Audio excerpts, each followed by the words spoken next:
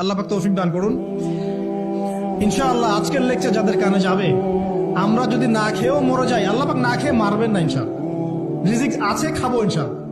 কিন্তু হয়তো বা অভাব হবে, টাকা পয়সা একটু কম হতে পারে, অন্যের 10 তলা ফ্ল্যাট হবে, আমার হবে না, ঠিক আছে, অন্যের এত বিঘা বিঘা জমি আমার হয়তো হবে না, কিন্তু ইনশাআল্লাহ তাআলা এই যে দুনিয়ার মুসাফিরের জীবনটা, এটা মুসাফিরের জীবন না, মুসাফিরের জীবনটা কেটেই যাবে ইনশাআল্লাহ। কাটবে না, যে কোনো ভাবে কেটে তো যাবেই ইনশাআল্লাহ। এই যে পরকালের জীবনটা একটা চেতনার শক্তি, জানেন, দুনিয়াতে যত বাধা বিপত্তি আসুক, গাল মন্দ খান, গীবত তহমত খান, কষ্ট হোক, নির্যাতন হোক, একটা বিষয় মনের মধ্যে শান্তি দেয়। কি শান্তি? যে এই দুনিয়ার জীবনটা তো আর চিরস্থায়ী নয়, এটা তো আর সারা জীবন থাকবে না।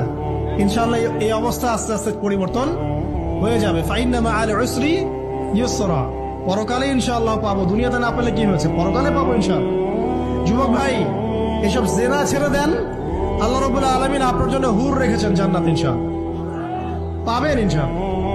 এটা ছেড়ে দেন, সুদ ছেড়ে দেন, আল্লাহ পাক আপনার জন্য হাউজে কাউসার রাখছে ইনশাআল্লাহ, ঠিক আছে। অন্যায় পাপ ছেড়ে দেন, আল্লাহ রাব্বুল আলামিন আপনার জন্য জান্নাত রেডি করে রাখছে ইনশাআল্লাহ। এই দুনিয়ার জীবনটা ধোঁকা, একটা ছোট্ট জীবন, পুরা ধোঁকা, কিচ্ছু নাই এর মধ্যে। আমার কথা শোনেন, এই দুনিয়ার জীবনে কিছুই নাই।